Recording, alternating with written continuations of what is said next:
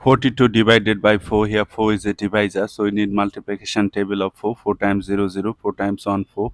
4 times 2, 8. 4 times 3, 12. To find out the multiplication table of 4, just add 4 with the previous step. 0 plus 4, 4. 4 plus 4, 8. 8 plus 4, 12. 12 plus 4, 16.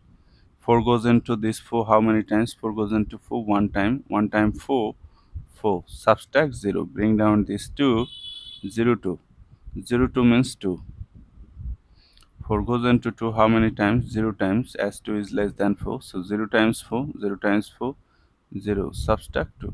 So our answer is 10 remainder 2.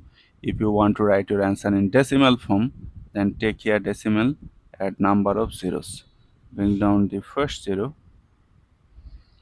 Before this 0 there is a decimal. Decimal must come to the quotient directly. 4 goes into 20 how many times?